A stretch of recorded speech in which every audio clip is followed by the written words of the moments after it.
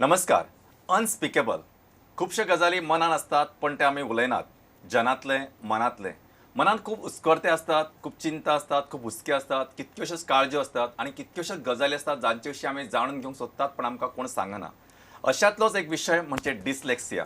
Dyslexia जर तुमकां थोडीशी याद येता जाल्यार एक ह्या पिक्चर आशिल्लें तारे जमीन पर आनी तातूंत आमीर खान हाच्या वांगडा ईशान नांवाचो एक भुरगो आशिल्लो. हे पिक्चर खूब गाजलें आणि ह्या पिक्चराच्या माध्यमांतल्यान लोकांक खुबशा ह्या डिस्लेक्सियाची वळख जाली अशें म्हणूं येता. आज जरी आमी खुबशे प्रगत आसात तरी पण अशा प्रकारचे प्रॉब्लेम्स खूब कॉमन आसात, जे जगभर आसात आणि अशा प्रकारच्या प्रॉब्लेम्साक कशा रितीन आमी हाताळूं शकता, कशा रितीन हो टॅकल करूं शकता, कशा रितीन आमी सपोर्ट दिवं शकता हाचे विशीं माहिती करून घेवपा खातीर आज आमचे बरोबर आसात बाय Remediana Dias. She is a dyslexia practitioner at Dubai. Madam नमस्कार and welcome. Basically, this is a problem. I can say it is a universal program, though we feel sometimes that such problems are common in India or maybe in Asian countries, I can say. But even progressed countries or developed countries also have such types of problems. I'll be very happy if you can just make a mention about, first of all, let us know what you mean by dyslexia. Dyslexia म्हणजे कितें? Dyslexia is basically a Greek word, which means it's just, I'll break it up into two. Dys means difficulty, lexis means language. So basically it means as a language difficulty or difficulty with words. Now because it is a Greek word and it's associated with difficulty with language, many people have a misconception that it's a reading difficulty. And also our educational system has a lot of emphasis on reading. So what people, when a child has difficulty in reading, that means the child will be difficult and lagging behind in other things. If a child can't read, a child can't comprehend. Correct. So basically what people think is, okay, this child can't read, this child is not intelligent enough. But that is not the thing. Dyslexia is not linked to intelligence. Most of all these 15 years where I have been working as a teacher and as a dyslexia specialist in the last 5 years, I have seen that most of the children who are dyslexic or have these learning difficulties, they have average or above superior IQ. Acha. So their intelligence quotient is much higher, or maybe average, or maybe of the normal normal parameter. But just because they have this difficulty reading the things, everybody thinks, okay, they are clumsy, they are lazy, or they cannot do things like that. And dyslexia manifests itself in different ways. Some people who are mild might have just a reading difficulty, whereas those who have severe will have it in all fields like reading, spelling, writing, arithmetic, everything. So it manifests itself in different ways. So what are the common features? Means how you can say that this child is having this problem of dyslexia, because as you have rightly said now, it is not directly proportional or directly linked to the intelligence quotient or IQ. So how a family or maybe the parents should know that, okay, my child, or maybe even teacher for that matter, because there is no much awareness. In fact, I want this program to be a awareness issue, so that by this virtue of this, our teachers and parents will be more aware of looking at this problem. In my book I have mentioned a lot of early signs and symptoms of dyslexia, but I would just like to tell you a few. Like if any teacher who teaches in the schools in Goa will know that she will find that children are very expressive, very intelligent, and sometimes we say like, oh burgo kitla apun shano म्हणून दाखयता. But when it comes to writing or expressing themselves in the paper, the child cannot put their thoughts in paper. So this is where one symptom where there is a learning difficulty, where a child is very intelligent, very expressive, but cannot put it in the answers in the exams, and we assess our children based on the exams. A written exam. So this is where where the teacher feels like, okay, this is something. If you find a child in your class who is very expressive but not being able to put the thoughts in paper, that's one warning sign. But you know what, whenever we say there are children with dyslexia, the first thing to rule out is emotional problems or other issues that could be there at home. Some children come from dysfunctional families where there is physical abuse and all that. So those things should be ruled out first, and then we look at the symptom. Mostly many times people have this thing of saying like, okay, this child has a low attention span or poor concentration, so this could be dyslexia. No, these are just the early signs. We have to go in depth and see what is causing it. Is it learning difficulties? Is it some other emotional problem? Is it some behavioral problem? Or is the child doing it just to get attention? So we have to go in depth and see that. So it could be like how I told you, not being able to express thoughts in paper. It could be lack of attention, poor attention span. in the early years, like normally, you know, we cannot, like when children are between the age of 3 to 6, Correct. people say, oh, they're too small and all that. But you can see, you can identify the warning signs. Correct. And this is the time when they are, you know, when between the 3 to 5, 3 to 7 age, they learn by doing. Yeah. So this is the time, if you can really pick it up, Yeah. like that is the time you can correct it. And by the time the child is 9 years old, it would be like almost unnoticeable. Yeah. But if it is discovered at 9 years, where the brain has already developed, and even if you have seen the warning signs, it will be difficult. That's why we always say the strong foundation has to be laid by the KG teachers, and then the primary teachers build up on it, and then it's a cakewalk for the teachers from middle school and high school. It is very important because that, as you have mentioned, rightly, the age factor, Yeah, that yeah. early age, Yeah. catch them young. Like Yes, yes. earlier you start the treatment or Yeah. management, Yeah. is better. Yeah. In fact, before we go ahead, I would want to congratulate you because of your book, Understanding Dyslexia. Thank It's a you. very wonderful book which I have gone through, Yeah. and recently it has been launched by Honorable Chief Minister of Goa, Sri Manohar Parrikar ji. Yes. I think, I don't remember what was the date, but Yeah. I read a lot of good review, plus I have gone through the book. In fact, you have made a very sincere and very practical approach to of understanding what you mean by dyslexia and how to go ahead with this problem. But since everybody will not reading the Yeah, book, I think let's take this opportunity. First of all, let me ask you one more question. How you got associated with such topic? Because this is not people's choice. See, everybody wants to be either doctor, engineer, teacher, or Yes. professor or something. In routine, maybe that I should say there are path less taken or Yeah. path less chosen. So Actually, there are two reasons why I chose dyslexia Yeah. as a career, or I'm so committed to this cause. Correct. The first thing is, like, one is a personal thing and the other is a professional thing. Yeah. So I'll start with the professional thing first. Yeah.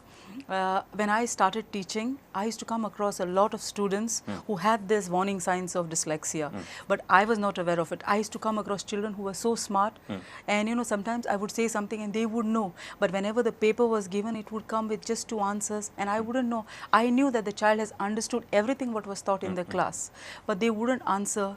Sometimes the spelling test, when the spelling test was given, all 10 words were misspelled. There were sequencing errors. Like this words, like, you know, the words were spelled. For example, if it was a simple word, even simple words, Yeah. like brought, Unspeakable. like brought. Yeah. Like it's BROUGHT, and the child would just put a BROT. Now phonetically it's correct. The child has spelt it knowing the sounds, but that time I was not aware of phonics or anything. So I did not know whether I should put it right or wrong. And it's very bad for a child to get a dictation book with all spellings wrong and marked in red, and saying you write it each word 10 times. Correct. Because now I understand that the child has put in a lot of effort. The child because the child is an auditory learner, the child is doing that. So I used to not know, and I used to see many times, you know, like I'm very passionate about teaching. Yeah. So I used to see a dejected child, and I used to feel like I'm not an effective teacher. I'm not making it happen in my class. So this happened quite a long time. And after that, I joined a reputed ICSE school in Margao. And when I went there, that school had a good teacher-student ratio. Like it was only 20 students in a classroom and 1 teacher. I see. So it was possible to, and it was a full-day school, so it was possible for me to give individual attention to the children. And we worked in different groups. We have this low learners, intermediate learners, and advanced learners. So there was, you know, a lesson had to be modified to cater to all the different kinds of learners. Yeah. So it was during this time, I still noticed the frustration. I noticed that some children used to always complain of tummy ache when it came to spelling. Some children, you know, when it came to essay writing, they would be complaining or wanting to go to the toilet again and again. And I knew this was just a reason to escape from the class. Correct. And I wanted to help. So I approached this principal because I knew one thing was good about this principal was she was a very inspiring lady. And she knew every child, the name of every child in this school. She wanted every teacher, she wanted to know the progress of each child. So when I went to her, I just told her that I have these children who are regressing. And I said, I would like them to progress in their learning. And she said, we have this workshop coming up at a place. And she said, would you like to go? So I attended that workshop, and that was the first time I heard the word dyslexia. I see. Yeah. In Goa. Yeah, in Goa. Yeah. And when I heard the word dyslexia, like they were talking about these early signs and symptoms, and I recall, like, you know, my brother had those same symptoms. I see. Yeah, and I recall like how, you know, like my mother used to tell me that he was a smart. We have a 2 years gap. I see. Like I'm the eldest, and Yeah. he's 2 years after me. Yeah. But you know, as a child, my mother said, since he was like KG, first standard, second till third standard, she said he was a happy child because he was happy in school. Yeah. But you know, once we go fifth, sixth, Correct, as we correct. increase, Yeah. the academic pressures increase. And since he had this learning difficulty, he couldn't cope up with it. So when he went to fifth standard, he repeated thrice, he repeated sixth, he repeated seventh thrice. Now what happened is I was topping in school. My sister, who had just joined school, was topping in school. And since he was failing 3 years in each school, though she started school late, she was almost reaching to his class. Same class. Now, by the time he was in 8th, she reached 7th standard. And that was very hard for him. So what he did was, as he was entering teenage, he became rebellious. And my parents thought that since he's the only son and he's getting a lot of attention, he's becoming lazy, clumsy. So like right now I know that what my father did was, my father would keep on telling, you don't deserve anything, you will always be a failure. Like, so he grew up with that, you know, thought Negative. feedback. He was bombarded with that thing, you'll be a failure, you'll be a failure, you'll be a failure kind of a thing. So what happened was, like, because of this, he, you know, he developed low self-esteem. And then, you know, anything that my parents told him to do was a rebellious kind of a thing. And now, since he had low self-esteem, no confidence, nothing, he was regressing very much in his studies and his personal life too. Now, he wanted to be in a circle of friends who accepted him. Like, he completed his 10th standard, but quite at an older age. And after that, when he started doing his 11th standard, he got in the company of wrong friends. But he felt happy with them because they loved him for what he was. Not like at home, like how he's always told, you're not doing this, look at your sisters, what you are doing, kind of a thing.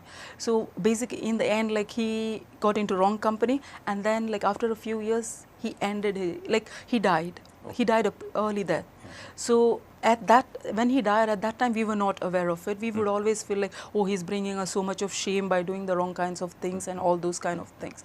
But when I was at this workshop, I realized that I need to do something so that children who have learning difficulties in my school or where I work don't go through the same thing. Yeah, in fact, I must really congratulate you. You have taken this path, maybe I can say as a necessity of invention or whatever it is, but and you had the courage. In fact, I must appreciate one more thing, that you have the courage to express it through the stages, what has compelled you to take this path.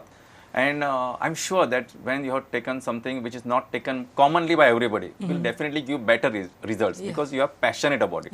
It is not a compulsion, it is by choice you have chosen this path. I would just like to know what is your academic, means how academically you went. I was about to come to that. So when I came back from the training, I decided that I wanted to specialize further. Like, even I realized that even though I was a BA, B.Ed, I felt I just had a degree to teach, but I was not competent enough to teach these children. And you know, like, the number of children with learning difficulties must have increased now in the last 10 years. But that time itself, I felt that I was not equipped enough to teach. So I started looking out for universities in India who were specializing in special education. What I found was, in India, if you had to do a degree in special education, you had to study everything, cerebral palsy, autism, retardation, everything. And dyslexia was just one of the unit. There was nothing, and it was very theoretical. So then I started looking for, you know, universities abroad. Now, I come from a very ordinary middle class family. So when I first told my family, like, I told my father I want to study, and he said, yeah, we will have to apply for an educational loan and probably pull in all the resources. So it will take 2 years. So during that time, we told a lot of people that, you know, my father was very proud of the fact that I would be going abroad to study. And he started telling, and everybody thought, you know, like, he's crazy, just like the daughter.